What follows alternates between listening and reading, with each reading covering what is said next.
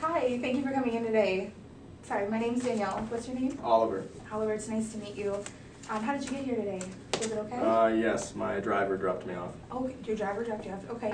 Well, before we start today, I'd like to just go over some things real quick. I just want to let you know that everything we talk about today in our session is totally confidential, and the only time that I have to share any information is when I feel like you are a danger to yourself or others. So I just need to have you understand that. I'm going to also be taking notes if that's okay with you. Perfect. Okay, great. Well, can you kind of tell me the reason you came in today? I know it wasn't, you kind of asked to come in by your mother, I believe? Yes, it wasn't my choice. To be honest, I really don't think I have any issues.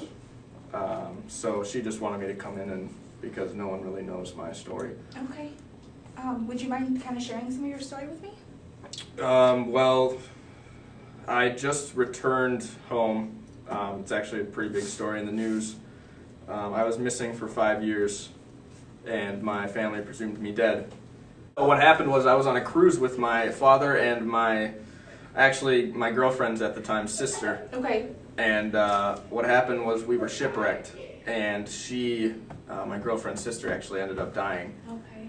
And then me and my father were on a lifeboat, and we only had enough rations for one of us to survive. Wow. So he ended up taking his life, allowing me to survive. When I finally washed up onto shore, I was captured by the locals, and Wow. I was tortured. Wow. 20% of my body is covered in scar tissue. And yeah, so I learned how to survive until finally a rescue squad happened to come across my island and rescued me. Wow. That is a very, very intense story, and I think it's amazing that you're strong enough to be able to share that with me. I kind of want to go back to the experience, your experience in the situation, and how you felt when you were on the lifeboat with your father, and what feelings you were experiencing and like emotions. Well, scared, hungry, thirsty, cold. It was very cold. Okay. I just remember the smell of the seawater. And then, after my father took his life, I was stuck in that lifeboat with him for weeks. Okay. So his body was there with me for weeks. Okay. So yeah, that was probably one of the tougher moments. How did you feel that he did such an important thing, knowing that you would survive? How did that make you feel? Guilty, Okay. because he had to take his life to save mine. Well, you said that once you were off the lifeboat, you got stranded and had to take care of yourself for 5 years. And like I said, I think that's really amazing that you were strong enough to do that. But what were you experiencing emotionally during that period of time? To be honest, emotions there wasn't really time for emotion. Okay. It was all kind of went back into like a primitive survival mode. Okay. I was just lost. Thought I was just doomed to be there forever. Okay. How are you feeling now after everything that's happened, and how long has it been since this happened? Well, I was there for 5 years, and I just returned about a week ago. Okay, so it hasn't been that long. So what are some of the feelings you're feeling right now, and how you're kind of coping with it? I think what happened on the island made me very independent in my emotions. So, like I said, I don't really find this meeting necessary. Okay. It's just more for my mother. But, yeah, I obviously, I can't just return to life as it was. Things are so different. Right. How did your mother feel? Do you know, has she shared anything with you about how she feels about the whole situation and with you coming back? Not really. Okay. Do you know, just have any idea of whether she's obviously concerned about you, because she encouraged you to come today. So how do you feel about that she is concerned about you, even though you said you feel independent and that you don't need extra support right now, and so how does it make you feel that she just is encouraging you to come seek help? Just being a mom. Okay. I mean, she buried me once. Okay. Probably took a toll on her. Okay. Have you shared this event with, or your feelings or anything with other people? No. Okay. Have you shared anything that happened in this experience with your mom about your emotions or anything? Okay. Do you feel like that would be a way to maybe help her understand what you're going through?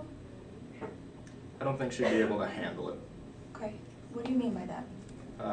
She was in a state where she lost her only son, and I don't think she needs to hear about the things I went through. Okay. Do you have any friends that you have a close connection with? No. Okay. Did you have a good support system before you left? Yes.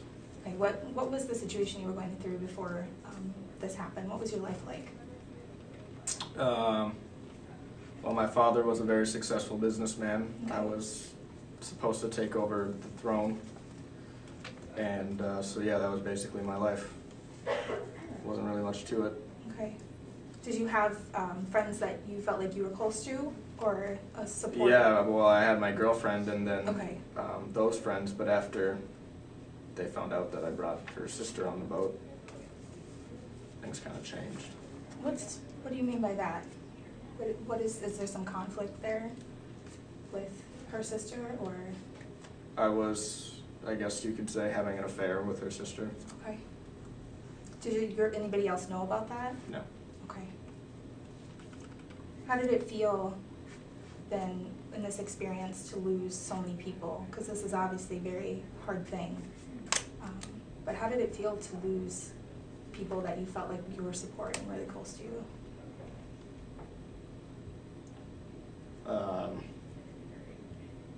I guess after losing,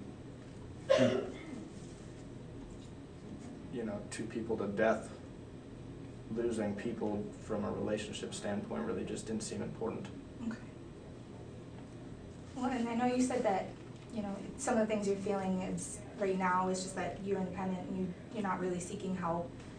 But are there any goals that you're looking forward to? It's only been a week, but is there anything that you're looking forward to for the future now?